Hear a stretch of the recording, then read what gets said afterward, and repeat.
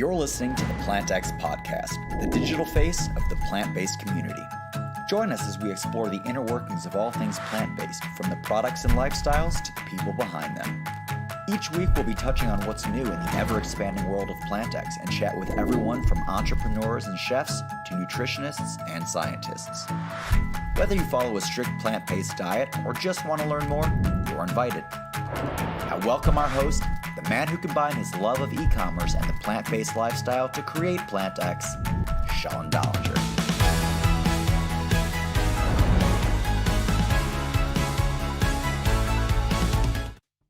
Hey everyone, welcome to our 18th Vodcast.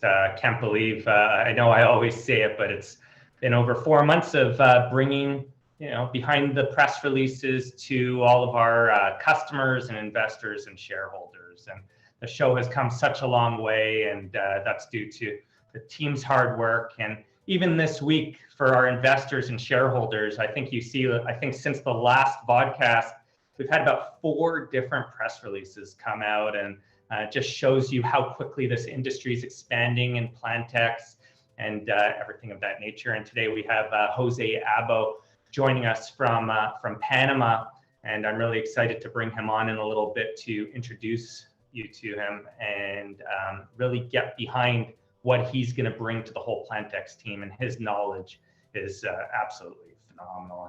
Working at the Sovereign Fund of Panama, sitting on the board, bringing in more and more compliance, because at the end of the day, that's what it's all about, to make sure that everybody's investments are well taken care of and that the company keeps growing.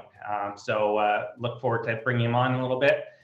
Again, thank you so much to our investors, shareholders who join every single week here. Please keep giving our thumbs up. That really helps get the algorithm working at YouTube and getting us known out there. And I think I said it last week and probably the week before, if it wasn't for you guys sharing the story of PlantX, we wouldn't have gone from just 160 shareholders when we went public back in August to now well over 1,500. And when we pull the next Novo report, we always see that growing. So again, thank you. Please recommend this video to your friends, family, anyone, that you could think of that would love to follow the story or become a customer. And at the end of the day, what is PlantX all about? It's your one-stop shop for everything plant-based. We've added meal delivery vertical to the grocery vertical. Was just down in San Diego this week, working with the team, 2 great new hires joining the PlantX staff with phenomenal knowledge on merchandising as well as logistics. Can't wait to have them on the show in the next couple months to introduce you to them. And again, products being shipped out from that distribution center in San Diego throughout North America. Thanks again to Steve Pergolides over at FedEx, going above and beyond to help PlantX out in getting to the different logistics chains. The Vodcast is always evolving, so please make sure to give feedback. While we're speaking to Jose today, he's taken the time. You guys have taken the time. Please suggest anything to make the Vodcast better, or if you have any questions for Jose, please go ahead and ask them, and we'll ask them live. And just to get the ball rolling on that, this new Monday time slot, we'd love to hear if you guys like Sunday or Monday better, because again, we could always switch it up to make sure we accommodate everybody. On that note, Jose, welcome to the show. Thank you. Thank you very much, Sean. It's great to be here. Great to be part of the company now. As a chairman of the advisory board, for me it's an honor to take this position, and obviously with very, very good intention and expectations for what PlantX could become in a few years from now, a very good and growing company. No, thanks, Jose. And, before we get into a little bit about your background and everything, we love to start off the podcast by asking, how do you take your coffee? How do I take my coffee? I take it black, some milk, and from time to time, maybe you call it Splenda. Okay, but that's only when I can find it in the hotels where I stay when I'm traveling. Understood. Yeah. Sorry? Yeah, no, I remember when I came to Panama 2 years ago, the coffee's very strong over there, but I still managed to have it black. Yeah, well, we have the geisha coffee, which is very famous here in Panama. So it's famous all over the world, actually. It's called geisha. Yeah. No, for sure. And, so we put together this great advisory board when we were going public, and each person had different strengths, from retail to transportation to merchandising, investment side. But, everybody's running in so many different directions, and I know you have quite a bit of board experience. Yeah. So, when I approached you with this idea, you thought it was a great one and that you could bring everybody together. Because again, we're all running in a million different directions. So we thought it's perfect time to bring someone like yourself onto the board, onto the advisory board, so that you could kind of lead. Maybe you could give everybody a sense of why you are that perfect person. Well, for one, like you said, I have a lot of experience with boards. I was a chairman of the Sovereign Wealth Fund of Panama for about 8 years. And I was recently reappointed again to become director of the fund. Proof of the valuable experience that I have, that I was able to return as a member of the board. The Sovereign Wealth Fund of Panama is a fund that manages $1.4 billion in assets which are owned by the state of Panama.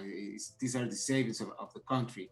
And on top of that, my experience with the financial markets, the capital markets, have been, since I was in college, 1987, I started then. I was very bored of the profession I wanted to take. It was management information systems. I didn't see a lot of, how can I say this, a lot of dynamics into it. It was more sort of like an accounting type of thing. And I'm very anxious when I do things. I like to do things. I get very passionate about it. And that happened with the financial markets. Interestingly enough, what made me go to the capital markets, the interest in that, was the 1987 crash, the 20% market crash that the Dow Jones had back then, the historic one. That was in 1987. And I recall when I went to this class regarding management information system, the professor said, today we're not going to follow the syllabus. Today we're going to talk about the event, an historic event that happened in the market, which was what I just told you, a market crash by 20%. And basically what explaining, as a lot of people did, was that this happened because some special computer programs that were embedded into the markets to trigger at certain point. And, that's what many people thought caused what happened back then. And then I said, wait a minute, I like this idea. Not the idea that the market went 20% off, down. It was like the idea of, there was this technology behind it that was basically managing the systems, and there was something that happened there that made it collapse. So I took a lot of interest in computer programming, and then right after the class, I went to the library to read about these things, and suddenly, maybe as a sign from God, I guess, when I was walking out of the library after reading all this, I see this advertisement from, it wasn't an advertising, it was actually a game that AT&T was offering for people if they wanted to play the stock market game. I thought it was ironic that the day that the market crashed, AT&T was now offering a game where people could participate and learn about the stock market. But that got me into it. I entered this game. I didn't win, but it got me into the capital markets, and that's basically what started my 34-year career in the market. From then I started teaching people how to invest in the stock market. I started to advise people on how to manage their portfolios. I wrote 2 books about the subject. Hopefully I'll write the 3rd book soon. But and eventually it got me to work into a lot of important multinationals, private banking firms, and then came the Sovereign Wealth Fund of Panama. So basically, that's in a nutshell, the 34 years experience that I gathered from 1987 up to today. Yeah, no, and that's great. 30 years of experience in capital markets, the value that you bring from, raising funds to the compliance, like I spoke about a little bit earlier, yeah. the country of Panama trusting you enough with their sovereign fund of over $1 billion, I think points in all the right directions. And once again, another international team member on PlantX. Obviously, you're on the ground in Panama, and from what you've told me and from what I've heard, even in Panama, plant-based food is exploding, and we see this all around the world. And having someone on the ground over in Panama to look for those opportunities, I think is great. So maybe we could ask you, like, what was your passion for plant-based food? Why PlantX? There's a lot of opportunity out there for you with many companies, but you chose to kind of take the lead of our advisory team, which is going to be a lot of work. So maybe you could let us know. Okay, it's interesting. It's a very good question because, I was diagnosed with diabetes when I was 10 years old. Okay, so I was taken to it's a very special clinic for me because it allowed me to understand how to manage diabetes. It's called Jocelyn Clinic in Boston. Okay, so that's where they taught me how to manage the condition. And one of the things that told me then was you have to be very careful about the type of food you eat. I mean, you can eat, with a normal diet, with a controlled diet and all that, but, just be a little bit careful about, fatty stuff, the red meat and all these things that might affect your cholesterol when, because when somebody is diabetic, you have to take care of your blood sugar, and you also have to take care of having control of things that might damage you if you don't really get the discipline or use the discipline that they taught you on how to control the diabetes. So this thing, I got this, it was back on my mind. It was always back on my mind. And, for some reason, for this reason, but by the time I was 15, 16 years old, I decided, you know what, I'm not going to have any more red meat. I'm just going to go focus a lot more into vegetable, back then we didn't have the technology of plant-based food that we have now. But then, I got a lot into, I would say the vegetables that you will eat. And I was happy with that. And eventually I decided to cut off all red meat from my diet and all sort of things that are really, I wouldn't say that 100%, but I would say that maybe 80% of the stuff that I eat nowadays is more into plant-based type of stuff than, the common food that we always eat with the meats and all that. So that really got me an interest in this. I mean, again, back then we didn't have companies like PlantX, but obviously nowadays with the technologies and all that, we have, this industry growing and growing very interestingly, to be honest. I mean, you hear about expectation of this becoming a market of maybe $24 billion in a few years from now. And now right now in the US, I understand it's $5 billion. I mean, it's a very exciting business to be in right now.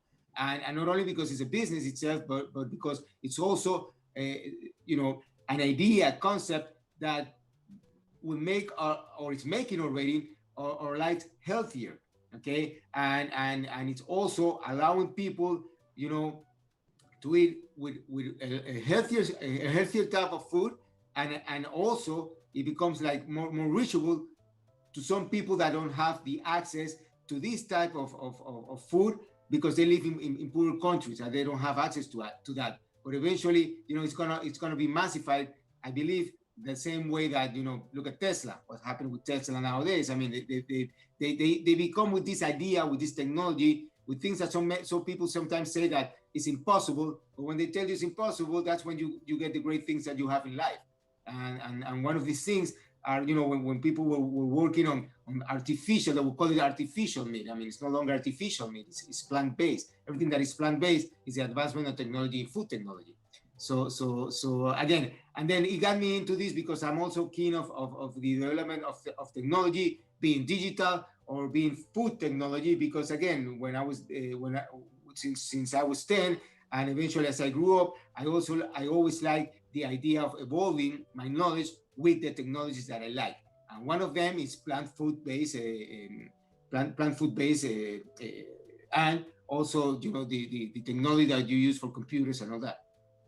Yeah, and you refer to this as a $5 billion market. I look at it as a $1 trillion market due to the fact that we're in the food space. So, food is not new to anybody on the planet. You know what I mean? So for me, that's the way that I recognize when people ask me, I say, this is one of the most enormous markets out there. And that's what we love to be part of it. You spoke a lot about education just now. And as you know, we have a medical advisory team, and Dr. Burden, he spoke a lot about diabetes when we were having the original conversation with him on how in hospitals, even the diabetics were being served juices and all these different things. And, yes, it's plant-based, but there's a lot more to this whole plant-based movement. And he created his own diet over there, and it's well balanced, not a lot of sugar, obviously, as far as diabetics go. My brother actually has juvenile diabetes, so I'm very familiar with all of that and the whole plant-based movement. And then on that note, we had Callie Irwin join our team on the education front. She just joined in the last month, and she's been putting out videos now because we thought it would be great to really educate people on what plant-based living's all about. So this week we have a Valentine's Day basket that we've put together, and I believe the team could show a picture of that. We're trying to get more interactive during our shows. And there it is. And I think the team, Alex and her marketing team did a phenomenal job in putting those together. And we'll go ahead and send one of those out to Kelly. So again, please keep giving feedback during the shows so that we could keep improving, becoming better, and making sure you get the most out of your time. And Jose, we could obviously speak for hours. We did get a few questions, so I'll go ahead and ask you one of them, and then we'll continue on the show. A viewer asked, what's going to be the first mission you have with PlantX and the advisory team?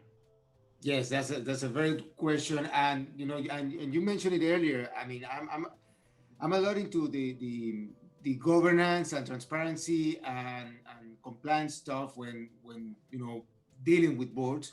I obviously this is very important nowadays because companies are not only measured nowadays because of the money they make or the revenues they can generate, but how respectful these boards are with all these things that now make a company be part of the what they call the ESG, the companies that follow this type of I would say rules that you need to work on. And obviously this gives a lot of this raises the credibility of a company when somebody that has the experience to manage this type of things is following through and making sure that these things are done the way they should be done. By that, again, I am referring to the governance of the company, the transparency that obviously we have to provide to both the shareholders and other stakeholders in the company, and again, and the more important thing, obviously, be very protecting of your reputation. And I'm pretty sure that PlantX is going to become a premier company with this type of things that we need to use in boards to make it very, very strong, very robust, and to allow the company to grow the way I'm really expecting it to grow and eventually become, a well-recognized, and I think it already is basically a well-recognized, top of mind, new food technology company. Yeah, no, and that's well said, Jose. And I know you're going to bring a ton of value, to just our internal team, to management, myself as founder. I look forward to learning from you. And I think that our investors and shareholders should be very proud of the addition to you to the PlantX family. So, again, thank you very much for joining and taking the time out of your evening to join us here and share a little bit about the background. And we look forward to having you on the show again, or perhaps on a guest on one of our other vodcasts that we're launching. So yes, of course, yes. Great. Well, today the questions are really coming in, guys, and I love the interaction. That's really why we do this. It's for no other reason other than to show how much really goes into PlantX and what we're all about here. And if I don't get to answering all of these questions today, You could always reach me directly. My phone number is 604-355-6100. I always make time, or you could send an email to Sean@plantx.com, and that's SEAN. But we'll do the best we can to getting to these questions today. So someone asked about posting our revenue numbers, and like we said, we are going to do that monthly. We're about time for those to come out, so keep an eye out. And then to refresh your memory, in December, we did over $1 million in revenue. Normally, January is a bit slower than December, but I think that the numbers in the plant-based space are quite unique and different to most. So again, look for that. Today, we mentioned the launch of Farm Cup Coffee, a partnership in West Hollywood, and that's a perfect market for PlantX. A lot of healthy people out and about. Diego and his team over there put together such a unique concept. And I know you met our PR team last week, Jack Taylor and the group, and they're the ones who connected us with Diego, and really excited to bring that shop to life. We also announced Bloombox expansion into Germany. Again, they're just doing such a great job in the UK, and Germany just made so much sense with our CEO, Julia Frank, who worked around the clock to work on translations, make sure that everything made sense. And we're going to go ahead and launch that, and it already launched at the beginning of this week. So many great things on the go.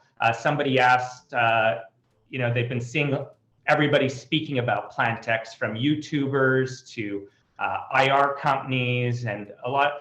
Again, you got to remember, every single person that sees this story, it's not just that person who sees the story. They go ahead and share it with friends and family. And not only does it help us on a investor relations side of things with more shareholders, but we now see our shareholders coming and buying and purchasing and referring them to friends, and the emails I'm getting.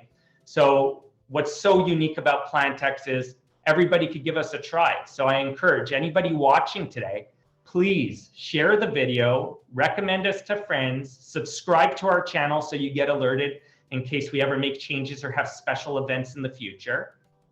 And, please go ahead and purchase and see what the system's like. I get constant feedback saying how the system's just so easy and how great it is.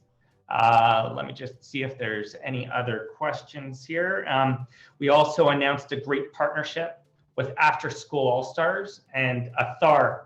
I don't know how you did it, but when I went on just after that was launched, it was already integrated into our site, and customers were already donating money. It actually was such a great feeling seeing how generous our customer base is, and that we could actually make a difference. And at our AGM coming up, we're going to introduce you to that charity and what they're all about. And the AGM, as I'm sure all the investors and shareholders know, is coming up on February 26th. And there's lots and lots of questions here, and we'll do the best to get back to you via email. Again, I thank you very much for taking time out of your day to join us. And just before I let you guys go, I found out earlier last week that my father got COVID, and unfortunately, he's going to be not doing too good. So I'm actually getting on a plane tomorrow to go see him in Montreal. And the reason why I bring it up, and for the viewers who watch this, I don't normally speak too much on the personal side of things, but the reason why PlantX was started originally was out of the idea of giving people a longer, healthier, better quality of life on the planet. And we already see the changes with people being affected by COVID, and that, I believe, started this whole shift in our world that started beginning in March of 2020, and we just see that accelerating. And I don't normally again bring up these types of things, but I contribute this show to my father today. And again, thank you very much for joining. And until next week, stay curious, stay planted, stay healthy. Cheers.